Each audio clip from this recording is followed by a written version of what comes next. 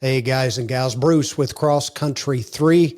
Want to provide a few tips, some concerning the guys who are listening or watching, and some concerning the gals who are listening or watching. First of all, for the guys, I think men today are often struggling trying to figure out who they are and what they are in today's world. Well, this book here by Bobby Welch, You, the Warrior Leader.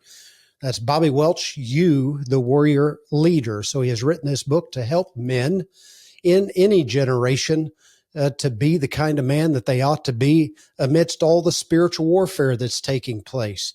I think as I look around, I see men who are struggling physically, men who are struggling mentally, and those who are struggling spiritually. In other words, finding that it is difficult to get all of those working together comprehensively. And so I believe that this is one of the books that can help you do that, because the battles that you face today, men, are often the battles that are engaged in spiritual warfare. So I think Bobby can help you with some of those tips. Again, Bobby Welch, You, the Warrior Leader. And men, we need you. Well, we need you physically, mentally, and spiritually to be the kind of guys that God's called you to be. And that is to be a man of honor, a man of courage. We need men in our world who are protectors and providers, warriors and watchmen. They are gentlemen, those who are strong and yet gentle. We need men like that today. Unfortunately, there are far too few. Hopefully that can help you out. Gals, talk a little bit about relationships. Concerning men, I can speak from the man's perspective, and as a man who has served in the United States Army and within churches around our nation and in service on mission trips around the world, I've observed some things a time or two. And so what I'm about to share, not necessarily personally experienced, but certainly personally observed.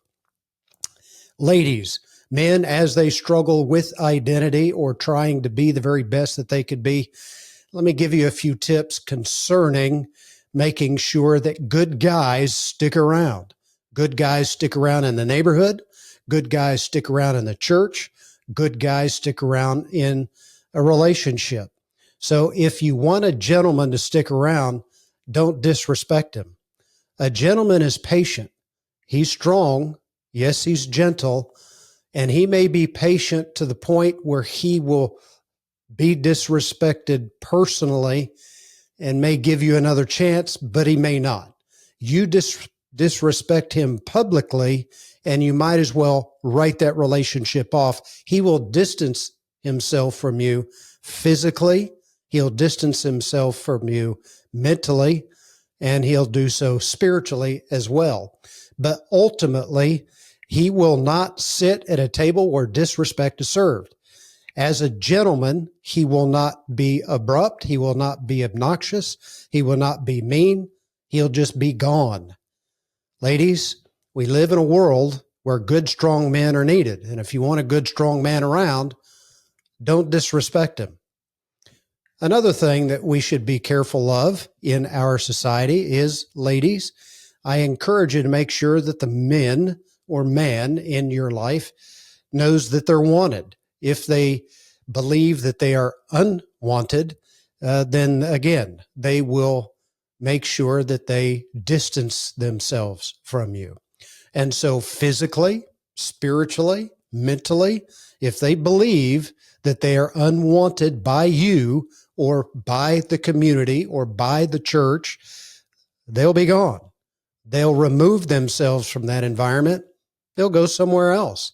That's what men do.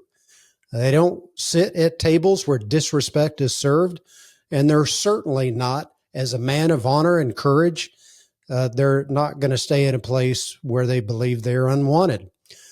So those things really matter to a man, including a gentleman.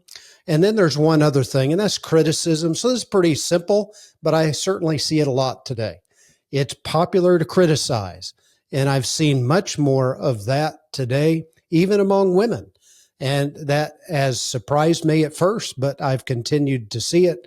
And I think, ladies, that ought to be something that you're aware of. You criticize a man of honor, and that man, again, will distance himself from you.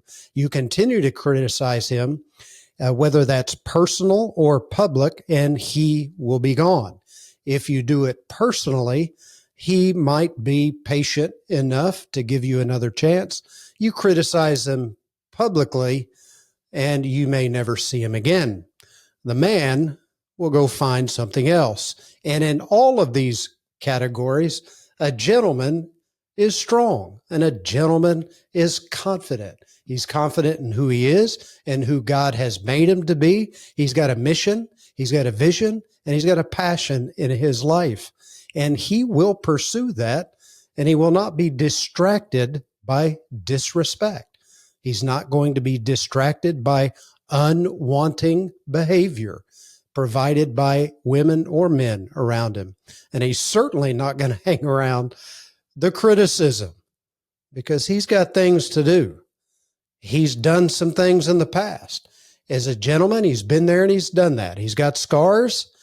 He knows what it's like to go through failure. He knows what it's like to go through rejection. And as a man, he will distance himself from the petty in this world. So ladies, I encourage you to take heed of that. And for men and women alike, let's make sure that we consider one another. Let's make sure that we carry one another's burdens. And by the way, ladies, a gentleman wants to bear the burden of a lady. He wants to. He wants to help her, protect her, and provide for her. That's a part of his mission and passion in life. He enjoys the privilege, and he counts it a privilege. But again, make sure you cherish that, and he'll flourish, and so will you. Till next time, Godspeed.